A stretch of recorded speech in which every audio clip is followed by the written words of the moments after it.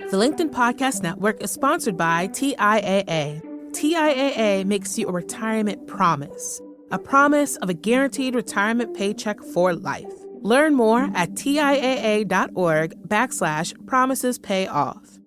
LinkedIn presents.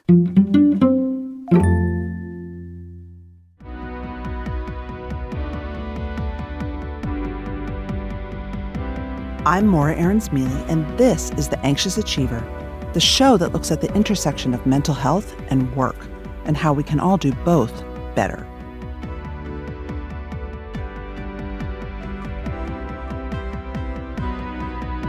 Today's guest is not someone who struggled with imposter syndrome. He's not particularly anxious, but he's taken a leap in his life, one that he worried would ruin his finances, impact his family, and his future. Craig Robinson grew up on the south side of Chicago and reached success while playing basketball at Princeton. He ended up working in a successful career in investment banking, but he never lost sight of his true love, coaching basketball. I wanted to have him on the show to speak about what Craig knows about coaching people through hard times and encouraging optimal performance, on and off the court. The pressure to achieve can be really tough. We know so many of us, over 70% of us, do in fact suffer from imposter feelings. And so the rest of us have a lot to learn from elite athletes and their coaches about shutting out the noise and moving on from mistakes. Craig's ability to believe in his convictions and in the path he was taking, he attributes in large part to the family that raised him. Fraser and Marion Robinson raised Craig and his younger sister, Michelle, who would go on to become First Lady of the United States. You may have heard of her, Michelle Obama, to be steadfast in their approach to life. Marion Robinson passed away last week, just after we spoke to Craig. And in a tribute posted by the Robinson family, they included this nugget of wisdom that they'll always cherish from their mom. Don't worry about whether anyone else likes you. Come home. We'll always like you here. It's a sentiment Craig also brought up in the conversation as we walk through what drove him, what pushed him to be better, and what made him have less fear of failure than most. Craig Robinson is executive director of the National Association of Basketball Coaches, a former college basketball coach, NBA executive, and co-host, along with University of Arkansas men's basketball coach John Calipari, of the Higher Ground podcast Ways to Win. And we started the conversation by talking about what it's like to follow a certain path, and then take a big leap to go after something you really love.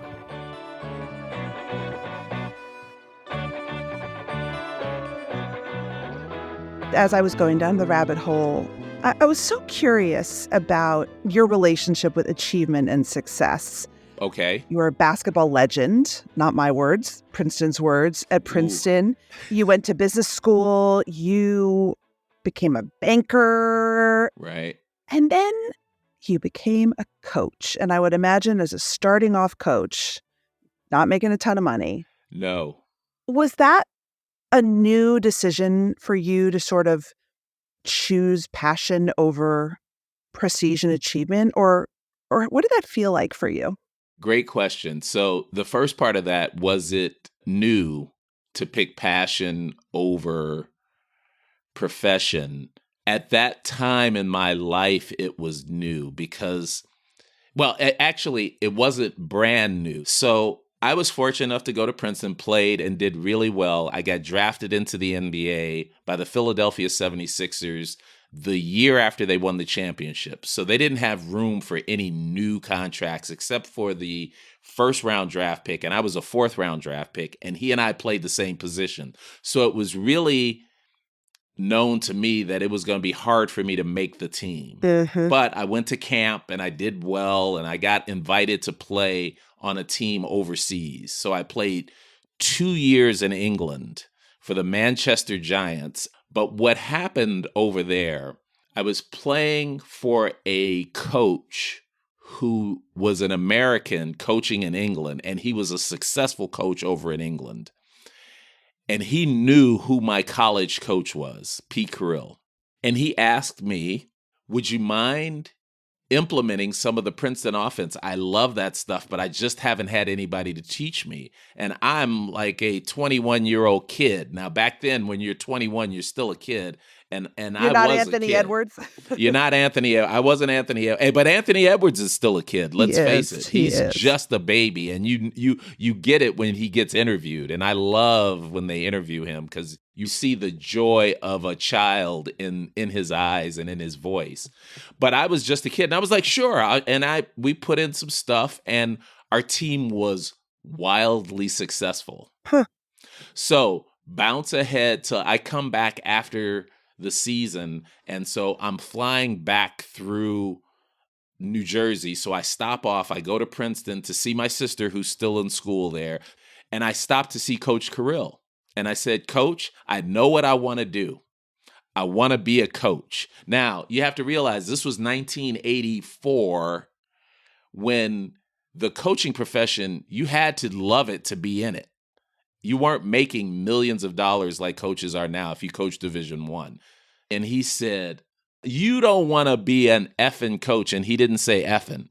And I was stunned. And he said, I'll tell you when you should be a coach. Here you are, a black kid from the south side of Chicago with a Princeton degree, and you can't give up this basketball. Now, that may sound malicious, but he wasn't being malicious. He was actually being concerning about all I had achieved at Princeton and using it for good and not just for basketball. And being the dutiful player that I was like, oh, okay, coach. And I went and got a job in finance when I got done playing. And now it wasn't like I knew what I was doing in finance, right? So neither one of my parents went to college. My mom was a homemaker until my sister and I got into high school. My dad was a city worker, a laborer for the city of Chicago, blue collar, had a uniform, worked for the water department. They both attended college for a very short time. So I had no idea what the finance industry was like. But what I realized was you could make a lot of money there. And that was why I picked it. I'll be the first one to tell people I was stunned at the amount of money you could make. So when I got my first job offer and I saw how much money you could make, that was the first time I thought, if I do this until I'm about, and I was 23-ish at the time now, and I said, if I can do this until I'm about 45 or 50, I could save up enough money, pay for my house, pay for my kids' education. I could teach 7th grade and coach high school basketball for a living. So that was that first thought of doing something that I wanted to do or that I've strived to do rather than doing something for how much I could make doing it. But you didn't work in finance till you were 50. Well, no. What happened was I get into this. I'm knee deep into being a bond trader. And then I worked for 12 or 13 years at Morgan Stanley. And then I left and worked at a small boutique firm where I was the head of fixed income there. And while I'm working there, one of my former assistant coaches at Princeton gets the head coaching job at Northwestern. And by the way, while I'm working in corporate America, I'm still coaching youth teams. I'm coaching high school teams. I'm staying close to it. So my former assistant coach gets the head coaching job at Northwestern, and he offers me an assistant coaching job. I mean, an assistant coaching job at Division I. So I'm like blown away. So much so that I'm wondering, how can I do this? Right. So my kids, so I have 4 kids, 2 older, 2 younger now. So the 2 older kids were 8 and 4 when this was going on. And I was thinking to myself, have I set them up for failure because they have grown up with all of this wealth from me working in investment banking? Nice house, nice car, nice vacations. But I'm also going through a terrible divorce. So at the time, I'm trying to make sure that I don't have too much change in my kid's life by going from making a lot of money to making a little money. Everything was sort of economically driven in my mind. So what do? I said, I'm going to ask them what they think about this. And if they're not on board for it, I'm not doing it. So I go to my 8-year-old, who's a boy, and the 4-year-old is a girl. The 8-year-old, I said, guys, I think I'm going to get a new job. And they were like, oh my gosh, are you moving away? And I'm like, nope, I'm not moving away. We'll be able to stay here, but we won't have the same house. We won't have the same car. And my son said, well, what are you going to be doing? I said, I'm going to be a coach. And my son said, but he thought for a minute and he looked around just like you. I could tell the wheels were turning. He said, does that mean that your office is a gym? With wonder in his eye. And I said, well, my office wouldn't be the gym, but it would be right next to the gym. And I would be in the gym a lot. And he said, cool. And my daughter said, right after he said that, she's 4, do they have a pool there? And so I was so worried about them being disappointed in their lifestyle changing. It was really me thinking that they put more into this lifestyle at 8 and 4 than as much as I did. Yeah. And so I ended up taking that job, and that's how I got into coaching. And that was really a passion move because all of my friends, my colleagues, my coworkers, my family, they all thought I was having a nervous breakdown going through this terrible divorce.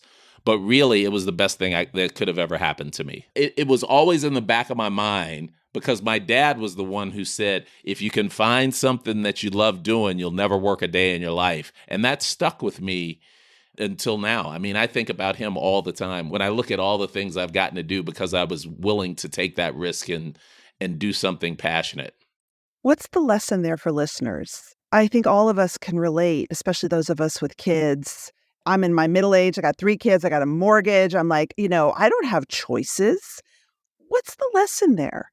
Because it must have been really hard in the moment. It was hard. The first thing for me, because my parents poured so much into us that I wanted to be as good of a parent as my parents were to me. So it was really important for me to have buy-in from my kids. The first lesson I'll tell you is don't underestimate what your kids might be thinking. We as parents and as adults, we have a tendency to overlay our fears, our life, our thoughts onto our children, and they're not thinking anything like that. So that's the first lesson I learned. Get the information, have a communicative discussion with them. And I always say communicative because we can have a discussion that's one-sided where we're talking, they're not listening, and nothing gets accomplished. The second lesson is what my dad said, is if you can find something that you love doing, at least give it a shot so you know what you're missing when you decide to take the money. Because there's nothing wrong with taking the money, but everybody should know the feeling that they're passing up. So I've always been a risk taker thanks to my background. I have not been afraid to take risks. And everybody is so quantitatively motivated these days with the data and this is the risk-reward ratio. You got to take a couple of risks when you're young so you know what that feels like and what it's like if it doesn't work out and what it's like if it does work out. And then it makes you you have more of a propensity to take risk later on. And finally, the last thing is my mom used to say, it happens. You just put life there. Life just happens. And there are going to be times when things pop up that you never saw coming, and you have to be able to sort of calmly ascertain how that affects you, your family, your situation, and be able to come to a decision that's hopefully the right one. And if it doesn't work out, you just remember life happens, and sometimes things don't work out. And if you can handle that, if you can handle the negativity that comes with life and not get too bummed out about it, you just keep going.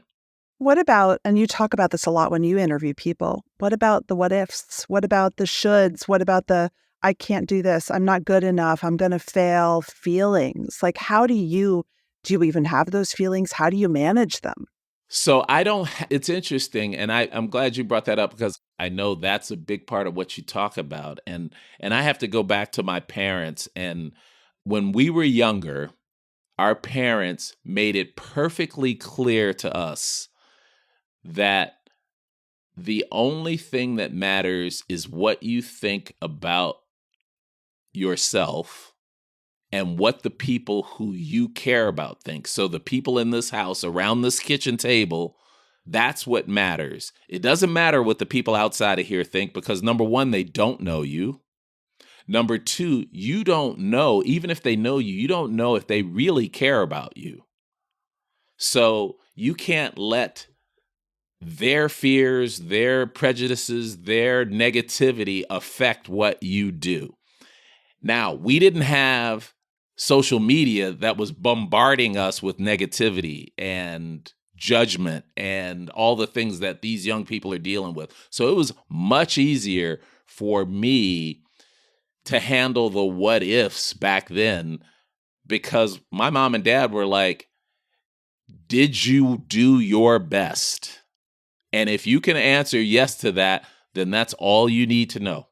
You did your best. It either worked out or it didn't work out. You got the grade you wanted or you didn't get the grade you wanted. If you feel good enough about yourself to work hard, the rewards will be there. It may not be the A, it might be a B, it might be a C, but getting a C in something hard when you've worked your butt off feels almost as good as getting an A. Not quite, but almost is, thanks to my parents. There are some people who don't learn that, so they could get a C in something that is extremely hard, like organic chemistry. And I use that because you went to Brown, I went to Princeton. There were plenty of pre-meds in there who would get a C in organic chemistry, and it was like the end of the world. Right. I can't be a doctor. Yeah, I'm sure there are plenty of doctors out there who got C's in organic chemistry. Uh-huh. But to be able to get over that, you have to have it internally that, okay, I did my best. So that's how I handle the what ifs. And I will tell you this more, because of growing up Black back in the 70s, you had so many people saying Black people couldn't do this and Black people couldn't do that. My parents were the reason why I always thought I could do anything I wanted, because my mom and dad always said, if you know how to read, you can teach yourself to do anything. And I believed them. So I want to shift and talk about one of my favorite topics, which is what can those of us in the business world learn from athletes and the people who help athletes about resilience, performance, managing anxiety, managing the hard times. I feel there is so much to learn. But I want to start by asking you a question, which is, I want to ask how you define leadership. I define leadership as the ability to help someone, people, do something that they couldn't necessarily do on their own. I define it that way because, like, I'm confident that I could probably teach myself something, but with the right coaching, along with my own aptitude, I think I can do anything, And I fortunately have had some great leaders coach me early on, starting with Fraser and Marion Robinson, my parents. They were not educated, highly educated, but they were leaders and they were great examples of how to be your best person, irrespective of what your circumstances were. And then because I played sports, I was fortunate to have some good coaches and bad coaches. So I was able at an early age to ascertain what good leadership was and be able to gravitate to the folks who I thought were good leaders. And they all had the same trait of making people better. So that's my key definition. And what I've tried to add to that in my own vocation of coaching and being a leader is creating good teams. Because Yes. I don't think in this day and age, because of the way technology is, the way parenting is, we're not teaching our youngsters how to be good teammates anymore. We're teaching them how to be independent contractors, and then we try and stuff them into a team, and it doesn't work without good leadership. I want to talk about feedback. Feedback is a gift, and feedback is really hard. And if you're like me and you're kind of insecure and you have a lot of imposter syndrome, you might avoid feedback even when you need it. Now, Yeah. part of coaching, I would imagine, is you got to be great at delivering feedback, getting feedback. And I'd love your perspective. I mean, I'm sure as a coach, you've given your share of tough love. Right. Any advice you have for people who both avoid getting feedback and avoid giving feedback on how to get over Yeah. it and do it well? So let me start about getting feedback, because that's what I had to learn early first. I go back to my parents, my early coaches. See, being older, I was brought up in the already tough love. There was no sort of sugarcoating feedback back in the day, right? We didn't have all of these wonderful ideas about mental health and treating people and making people feel empowered. None of that was there. It was all sort of military. We learned in our household not to take it personally, that negative feedback didn't mean that you were not loved. And that was the great thing about my mom and dad, is we felt like we were loved in our household. And if they were telling us something, it was for our own good. I know that sounds like a cliche, and it is a cliche, but we felt it. And so we learned at an early age to take feedback and to be able to take negative feedback. And I'll jump ahead to playing for Pete Carrill. This is so powerful. And I've said publicly that Coach Carrill managed by character assassination, right? So he said some mean things that were funny sometimes and that were cruel sometimes, but it got your attention. But what he did was every day, Maura, every single day at the end of practice, he did what we call go down the line.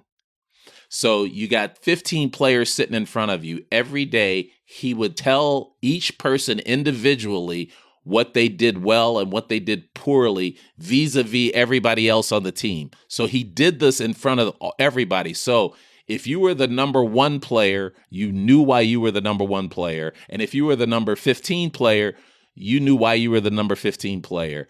And you knew what you needed to do if you wanted to go from 15 to 8. And you knew what you had to do to go from 8 to 3. And you knew that if you were number one, if you didn't keep doing what you were doing, you could end up being number 4. I thought for Craig Robinson personally, that was fascinating to me. And it was really empowering because I knew how I could get into the starting lineup. I knew what I had to do.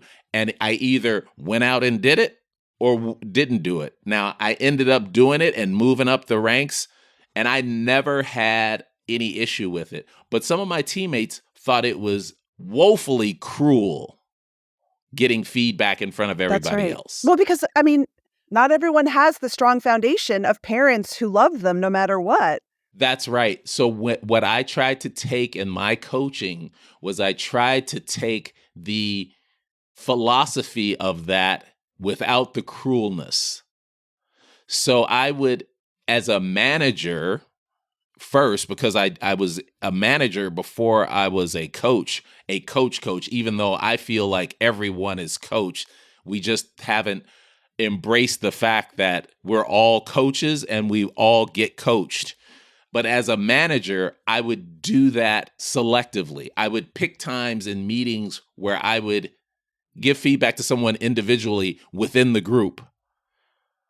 But I would also take the negative feedback and try and give it to them personally, because you're dealing with people who didn't grow up being an athlete. Because some of my people who reported to me who were athletes were like, you got to say that in front of everybody. And I have to explain to them, not everybody grew up being a lacrosse player, right? Or being a volleyball player, or even being a swimmer like your producer. Even though that's sort of an individual sport, right? You still get your negative feedback from them and are used to taking it. There are some people who have never been given any negative feedback. So you have to sort of warm them up to that kind of evaluation process. But with my teams as a coach, I didn't do it every day because every day felt excessive. But I would do it often where I'd have the whole team in there and I'm like, look, this is what you got to work on. And I would use examples, and I would do it in a more constructive way rather than sort of an assassination of their character. I mean, that's what I'm hearing you saying, though, and I think this is instructive. You're paying attention. You're tuned into them. Oh, That's the absolutely. difference. When you get feedback from someone who you feel like is paying attention, is working hard themselves, and cares, it's much different than when someone you do feel assassinated and you feel like they don't even give a you know what. Yeah, and Maura, you've hit on something just sort of instinctively, what we talk about in sports all the time. You can't get players to care until they know that you care. And especially professional athletes, because they are elite at what they do. And they are at the point where they're not listening to anybody because they've gotten to where they've gotten without any of these folks who are here. So in order to get through to elite performers, now these could be players, or these could be an elite chemist at a pharmaceutical company, or an elite salesperson at a automotive company, or anybody who is elite at what they do, you have to have the ability to, just to your point, you have to pay attention to what they're saying and get to know who they are individually before they'll listen to anything you have to say. The LinkedIn Podcast Network is sponsored by TIAA. In the last 100 years, we've seen financial markets swing, new currencies come and go, decades of savings lost in days, all showing that a retirement plan without a guarantee, quite simply, isn't enough. So more than a retirement plan, TIAA makes you a retirement promise. A promise of a guaranteed retirement paycheck for life. A promise that pays off. Learn more at TIAA.org/promisespayoff. I'm Kwame Christian, and I am the CEO of the American Negotiation Institute, and I want you to check out my podcast, Negotiate Real Change. Listen to conversations with leaders in the diversity, equity, and inclusion space, and learn the secrets behind what it really takes to become a successful advocate, ally, and change maker in your organization. Check out Negotiate Real Change on your favorite podcast player.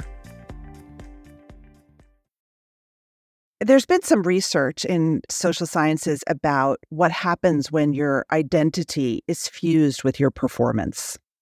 And I bet that some elite athletes separate their identity from their performance, but a lot, especially those who start as young kids and it's all they know, have a hard time separating who they are as a person with how they performed on the field or the court or the rink that day. And that must be a challenge. It's a challenge for mental health, but it must be a challenge as a coach. And I'm curious how you have untangled that for people you coach.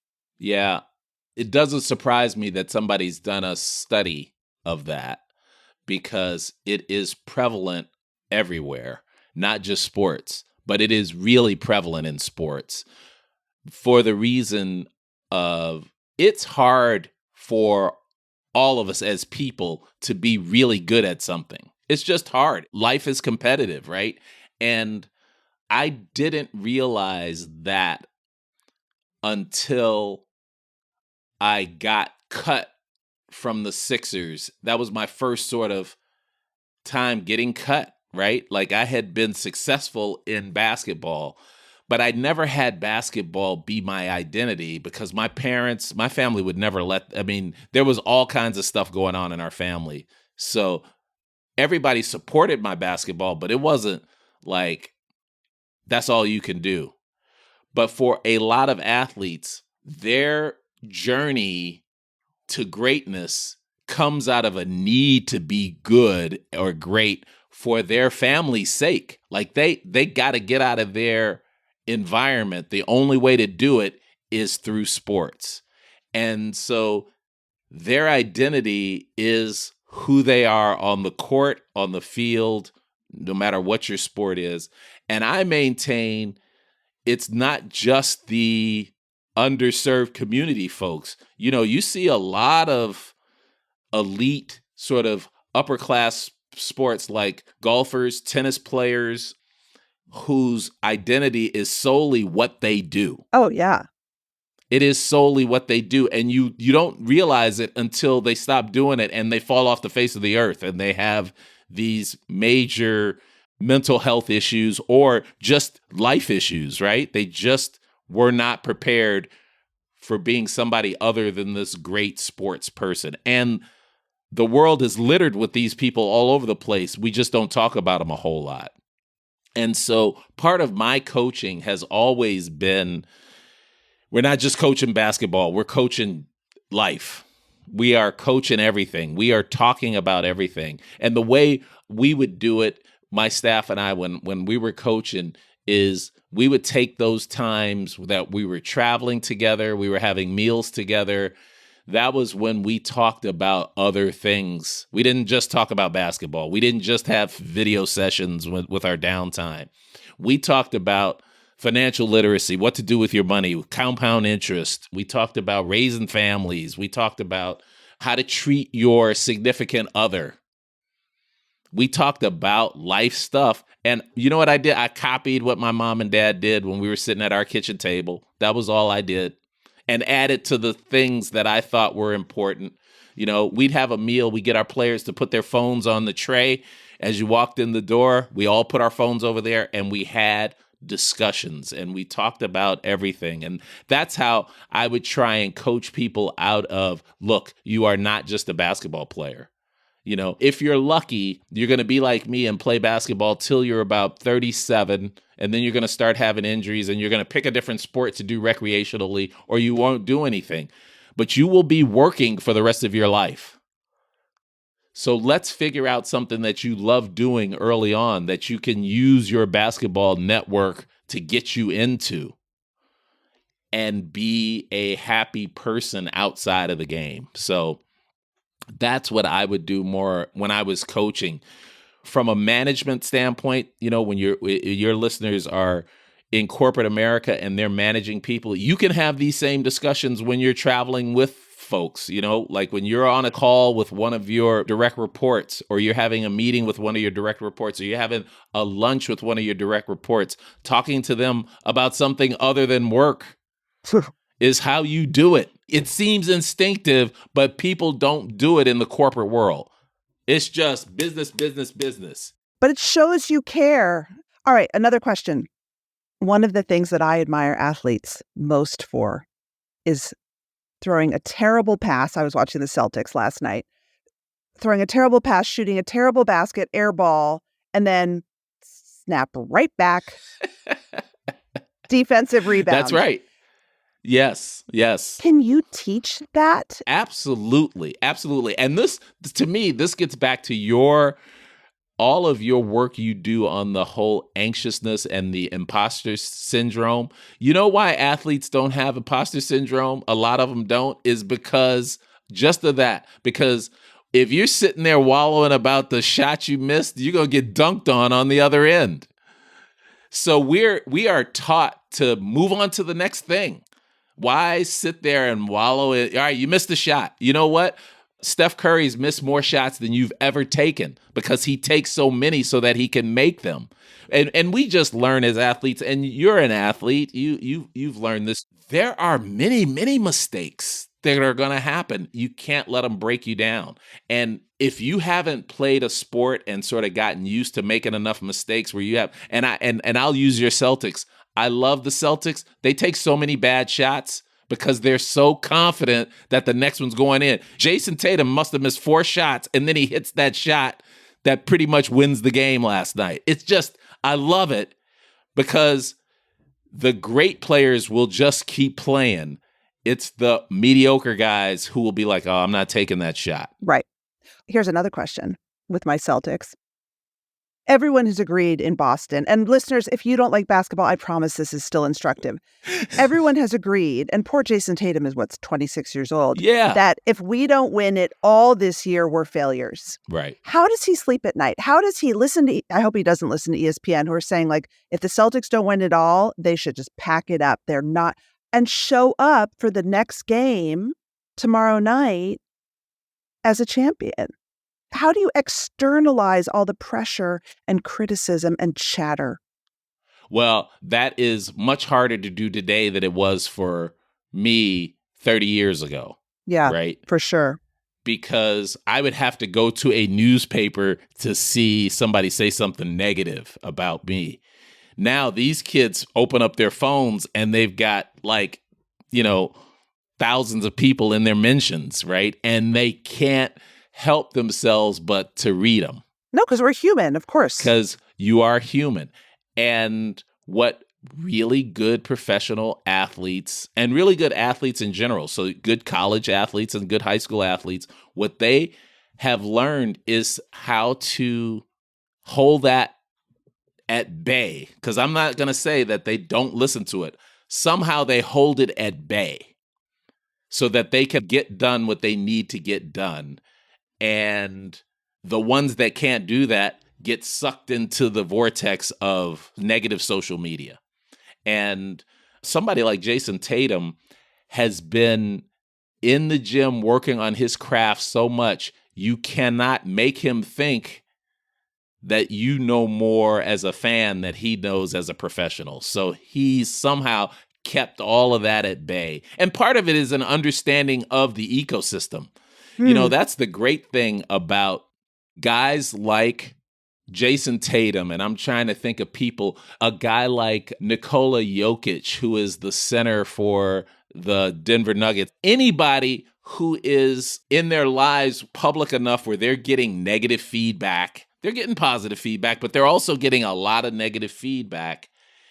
You have to be built a certain way to be successful and to be able to say, I get what this is all about. This is all about the ecosystem. There has to be pundits on TV who are going to negatively talk about me. There are going to be fans who are fans and they don't know anything, but they're still fans. So I can't be negative to them, but I got to understand that they don't know all of the things that I know.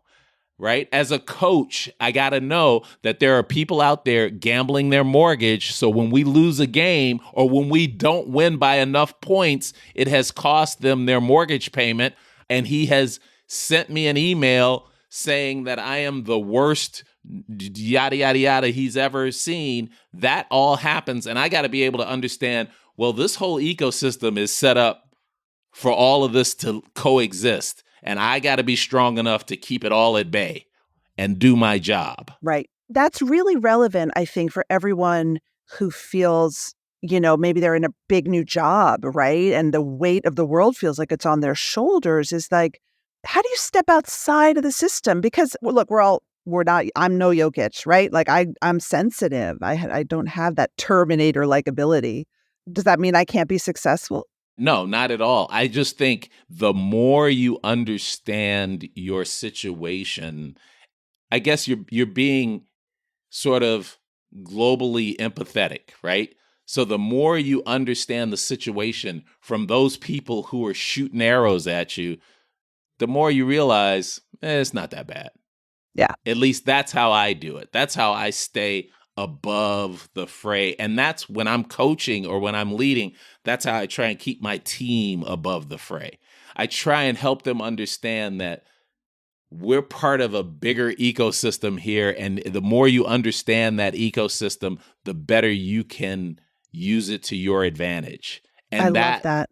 That is a way to empower the people who are in there feeling sort of jittery, because this is if you have been paid a lot of money to move from Goldman Sachs to Morgan Stanley, and you're thinking, what am I doing here? Wasn't even supposed to be at Goldman Sachs. You got to have a leader, a manager, or somebody who's coaching you up to tell you there's a reason that they paid for you. So I know that elite athletes really rely on routine. Yes. And they don't do it alone. By the time they get to a place, they have a psychologist, maybe they have a trainer, they have a physical therapist. What can the rest of us learn about the power of support people in your life and routine? Because routine is really hard for most of us. It was an awakening to me, leaving the routine of sports as a player to become a citizen in corporate America, where you pretty much, you have so much more leisure time. You don't realize how scheduled you were as a player. I think I thrived in investment banking on the trading side because that's more routine than other parts of that business, because you wake up, the trading time is a certain time. It starts at 8 in the morning. It's done at 2 in the afternoon. I almost replaced my sports routine with my work routine.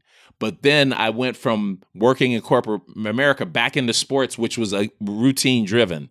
So it wasn't until I got out of coaching and I was working in the front office of NBA teams, and I worked a little on television, where my routine was shot to hell. When I realized I'm a routine person, so I had to figure out what my next routine was going to be. And I didn't realize this, that most people are not routine folks. What you're talking about. Most people are not. I don't know how they can live like that. I don't know how they can live like that because I need the routine. Well, and when you're anxious, you need the routine. You need it. You got to know what you're doing. If I didn't have the routine, maybe I'd be more anxious about things. But I'm usually not anxious about things because I have a great routine. I've had some great training from my parents, and I always feel like I can solve whatever problem that arises if I give myself some time to do it. And how I do that now, Maura, is Friday afternoons, because, especially in the summertime, I give my staff off Friday afternoon because I think it's great for everybody's mental health. They can do whatever they want to do on Friday afternoon. But what I do on my Friday afternoon is I use that as my problem-solving time. Usually I'm making decisions all week long, but if there are decisions that I need to think through, I save those for Friday afternoon. I save them for in the shower in the morning and Friday afternoon. And Friday afternoon, I try and tackle the big issues. And even that's a routine. Even that's a routine. We nowadays embrace support, embrace counseling, but still not to the level we need to, because you have too many old folks like me around who didn't grow up that way. My counsel was the kitchen table. Some people's counsel is the church. Some people's counsel is the barbershop or the hairdresser. Some is the gym, right? But it all does the same similar thing as a therapist. And now it's just more readily acceptable for people to have their own therapist and to do therapy, professional athletes included. Like you said, everybody's got a team psychologist now. Not everybody uses it, but everybody's got one. But in 20 years, everybody will be doing it. Everyone will be doing it. Everybody. Every corporation will have one. Everyone in 5 years. Oh, already? Okay. I hope so. So burnout is an epidemic. The data on burnout keeps getting worse. Now, again, I watch my favorite NBA players. Now they're getting paid hundreds of $millions, so I get it. But they show up for 82 games a year. How do the people that you work with avoid burnout? Yeah. Because I would imagine the pressure, the workload, everything, the travel, it's so intense. The really good coaches who are a part of our organization who don't get burned out are really good managers. They aren't afraid to delegate authority. They don't try and put everything on their plates. And that's something that coaches, because we aren't typically a guy like me who came from corporate America and got some practice managing before he got to be a coach. You learn that on the fly as a coach, right? And not only are you figuring out how to have practice, how to win games, how to recruit players, and how to manage a staff, the really good coaches don't get burned out because they're not afraid to relinquish the control.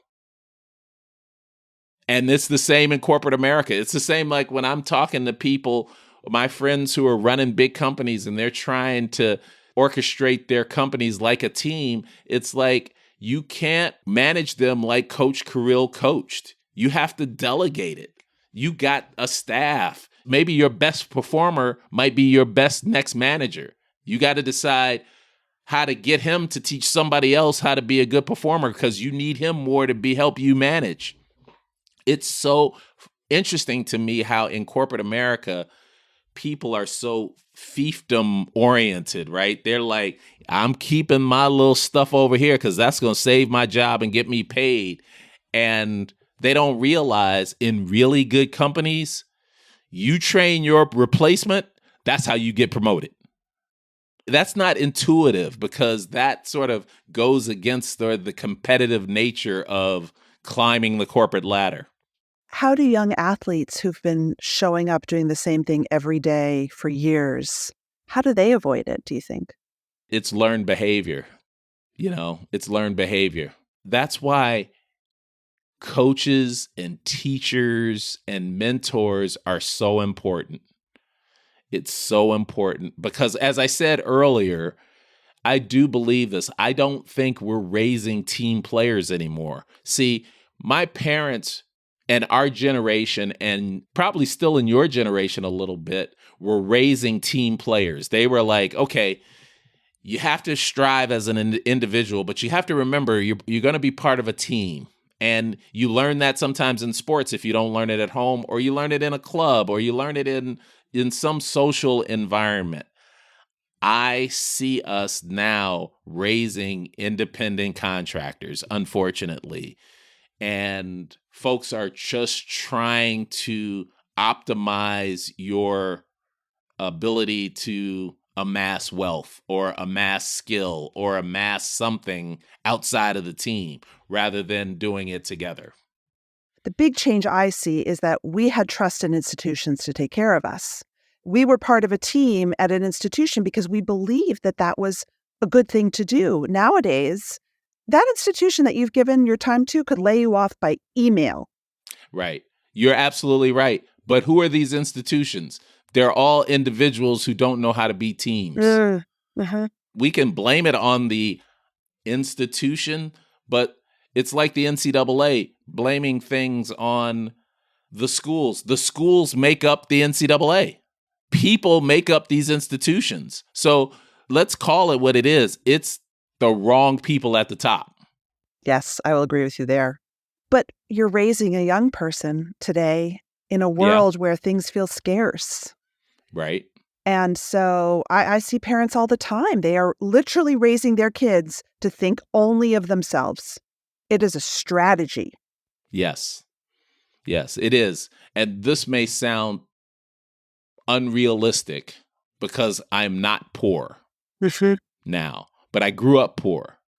What I feel from that experience is I'm not scared to be poor again. I don't want to be poor, but I'm not scared to be poor, right? I'm not scared to have to go find a job and work it and just thug it out because I've done it. So when I'm raising my kids, I'm raising them to understand you could always just thug it out, but you can also strive for the things that you want. And that doesn't mean that you have to be a mercenary and it's a zero-sum game. You just have to surround yourself with the right folks, and y'all can do it as a team. So I think there's ways to do both. I think there's ways to raise kids who are ambitious and kids who are really good at what they do, but also who are great teammates and great leaders.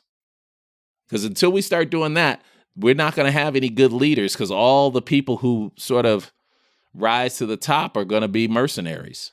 But that's what we're trying to do with Ways to Win. We're just trying to help people understand who didn't get a chance to be coached by coaches or play a sport to learn some of the lessons that we've learned on that journey. Thank you so much. Yeah, this was great.